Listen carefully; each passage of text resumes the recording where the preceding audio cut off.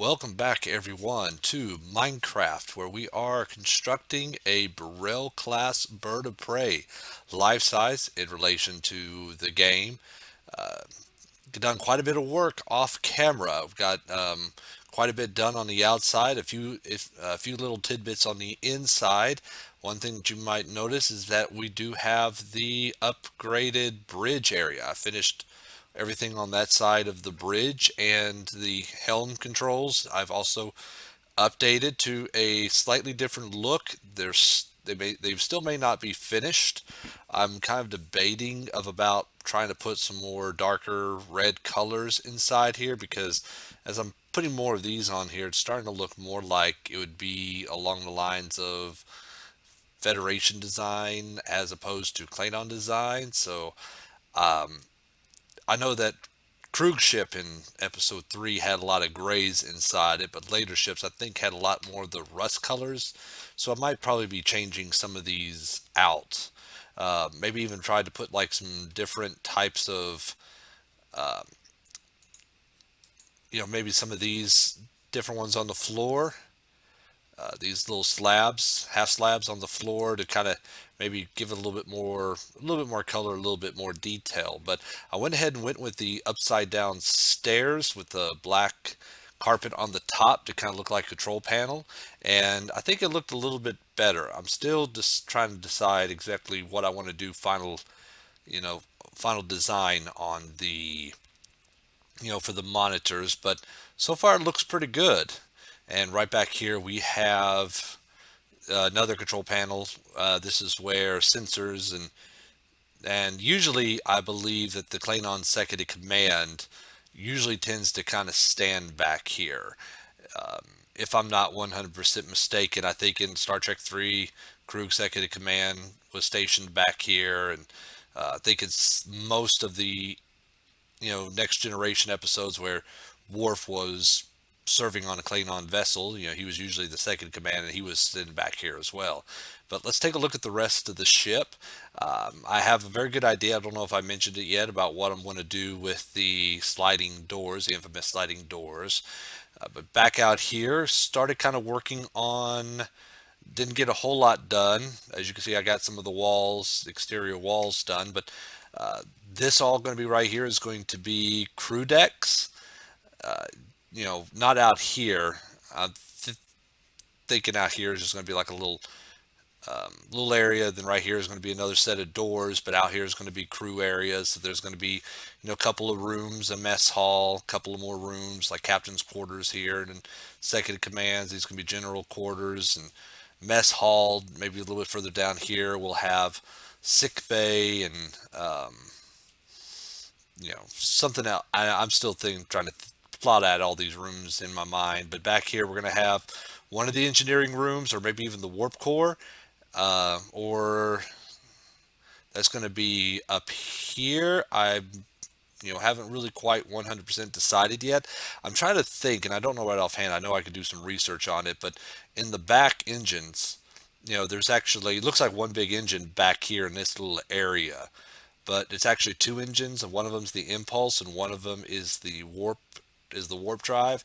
I can't remember, but there's going to be two engineering rooms, one for impulse drive and one for warp drive. It's either going to be warp drive down here and impulse up there, or impulse up there and warp drive. I haven't really quite decided yet. I need to do some research. But as you can see, if we look up above here, did a lot more work on the outer hull.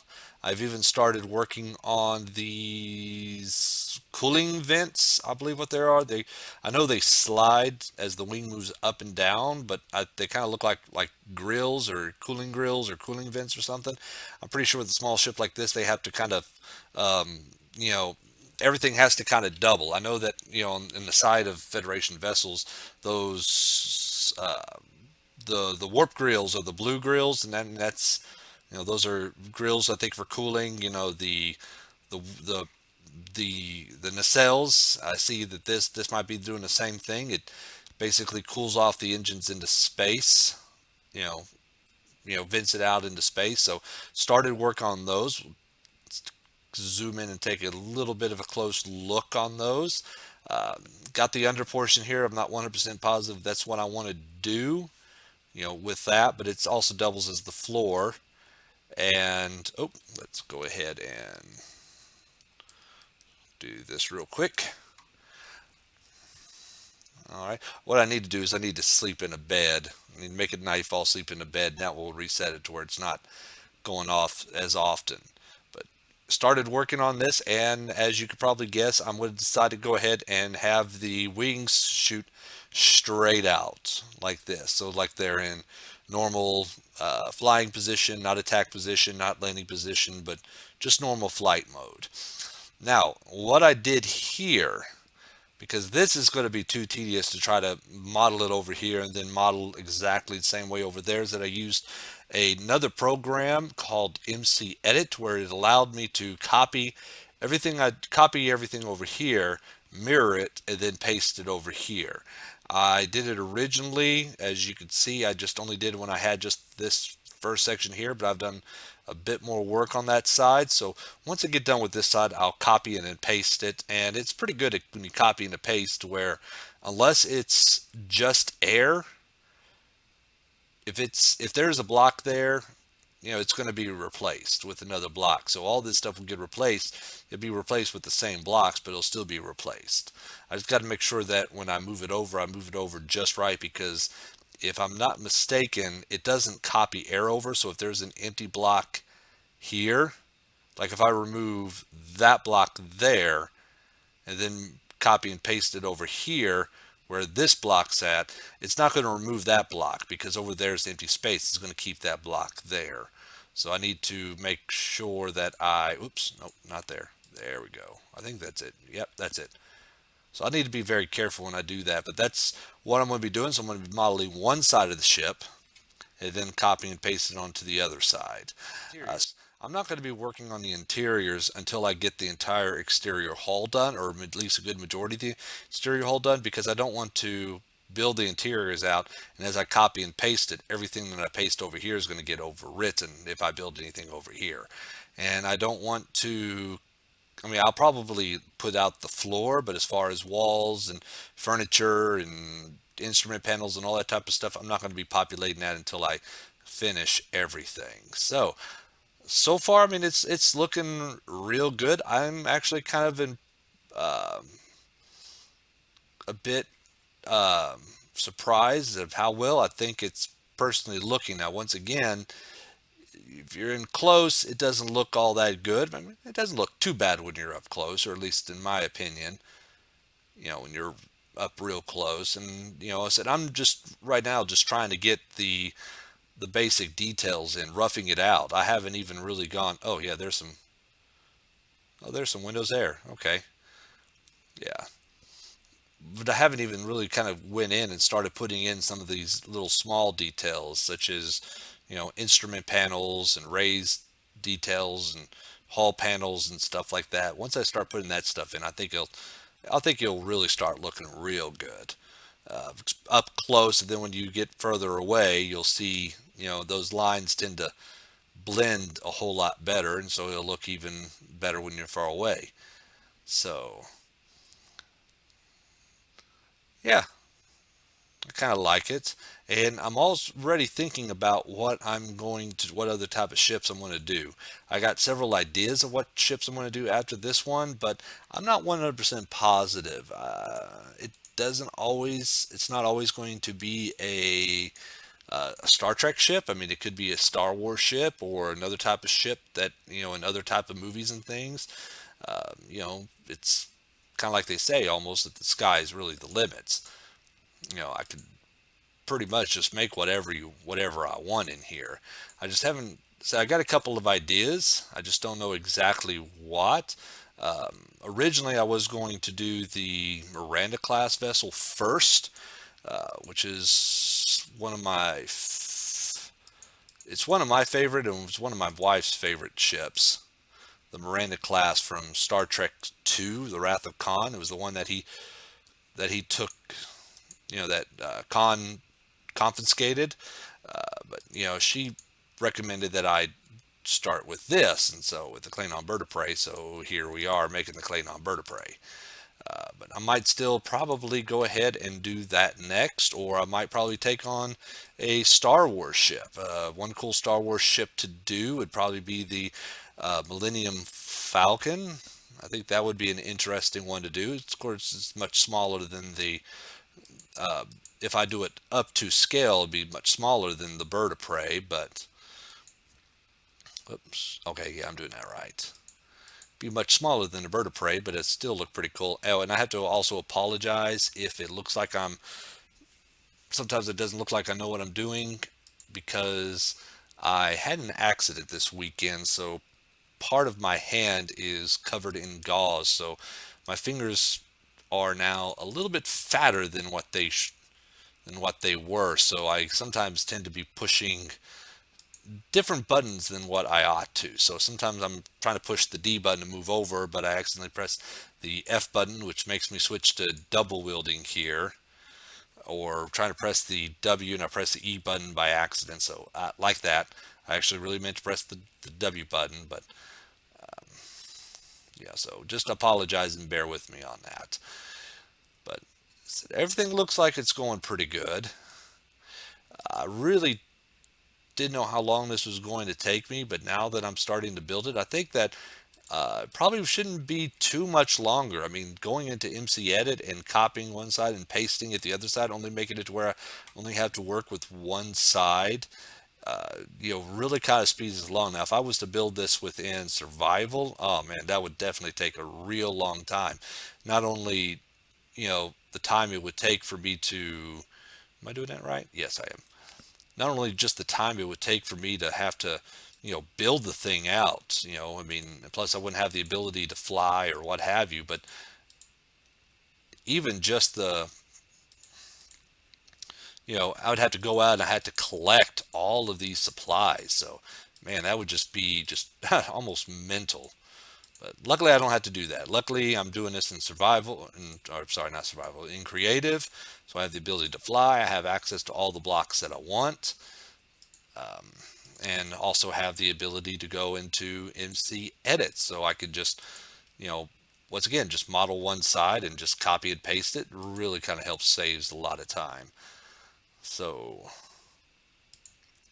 let me see. I think I mentioned this in the first episode, but just in case y'all are curious, this is going to be a 110-meter uh, Burrell Bird of Prey, which is 110. Right? Is it 110? Oh, hold up. Let me see. Um, there's an easier way to do this. Let's see. We are at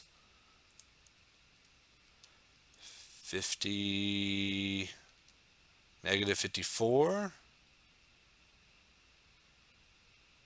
to, yeah, I think it's a negative 55. Yep, it's a 110-meter bird of prey. I know that there's actually what some people probably don't know. I mean, unless you're real big into the fandom, is that there's actually two versions of the bird of prey. There is a smaller Burrell, which is what we're making here. That was what was seen in the Star Trek movies, especially once again us. The Search for Spock, Star Trek 3, The Search for Spock, and the following Star Trek 4 and 5. That was the smaller. Oh, even in the sixth one, that was a Burrell class bird of prey. But once you started getting into the next generation, we started seeing much larger class bird of preys, and those I believe were called the Cavort class bird of preys. They were much larger, but there's big debates of about exactly how big. One website that you can go to get information on that, if you're in case you're curious to, you know, see the arguments of how big the bird of prey is, you can go to x-scientia.org. It's a real good website. It's where I usually go to get um, a lot of my materials, a lot of my information from, and they have a very good article talking about the size of the bird of prey, about how, you know, um, you know, just even with the Burrell alone, I mean, there's they talk about screen evidence of where it's, you know, nine, where it's like only about 60 meters long as opposed to 110. And then they look at another piece of evidence where, you know, with even in the same movie, that same bird of prey that used to be only, you know, uh, you know, uh, 50 meters, and now all of a sudden has been expanded to where now it is 3 meters, or not 3 meters. I'm sorry, almost 300 meters. So, you know, there's so nobody really knows exactly. I think they finally determined that more of the screen evidence tends to point to where it's being 110-meter bird of prey, and that's what we're going with right now, is 110. But yeah, there's also the Cavort class, which they quickly look at that and they determine that, okay, well, you know, they might have, in Next Generation, they've sometimes may have probably inadvertently said Burrell class when they really meant Cavort class, which was the much larger one, because, you know, you had a bird of prey that was the same size to the Enterprise D as the bird of prey was to the Enterprise, or the original Enterprise, or even the Enterprise A. The problem is the Enterprise D is much bigger than the Enterprise or the Enterprise A. So if you scale it up that way, then the Burrell was much bigger. So, but yeah, 110, and I can't remember how wide it is, and I don't have the laser guns, the blasters on the side, so it's almost just that same width across. Oh, and down here is going to be the cargo bay. If you remember in Star Trek 4, they had the cargo bay with the wells in it. This is going to be where that cargo bay is at. I've measured from right here to down there is, um, it's about 30 meters, which is about how big they said inside the movie that it was. The cargo bay was about long. It's given just a little bit more than that because there's going to be walls and some walkway. I figured when they said 60 meter or 30 meters, they meant the actual cargo hold that they modded out to hold the wells, but not necessarily the whole cargo hold area itself. So let's see, how many of these do I got left? One, two, three, four, five, six, seven. I think I got two more of these left. We're not counting one, two, three, four, five, six, seven, eight, nine. All right, good. I just got about two more of those left, and then we'll start building the wings. I'm going to go ahead and call it an episode now. I don't know how long that I'm running, but I'm pretty sure it's pretty close to the end. So I want to just thank y'all for watching. Hope y'all enjoy it. The next time we come back in, with the current progress, I plan to have at least this part done and the wing done. I might go ahead and go back into MC Edit and copy that and paste it. In fact, I might actually do that on screen next time just to kind of show y'all, you know, if any of y'all are interested in doing this, anything like this, see y'all can see what MC Edit's like. There's other programs out there that you could do it, but I just personally use MC Edit. Um, so, well, we'll probably do that in the next episode. I'll show you how to use MC Edit to copy one side and paste over there to make your life a lot easier if y'all are ever inclined to want to, to try this out. So, so once again, this is Bebel Dan. This is Minecraft. This is a Burrell class bird of prey. I want to thank you for watching, and I will see y'all in the next episode.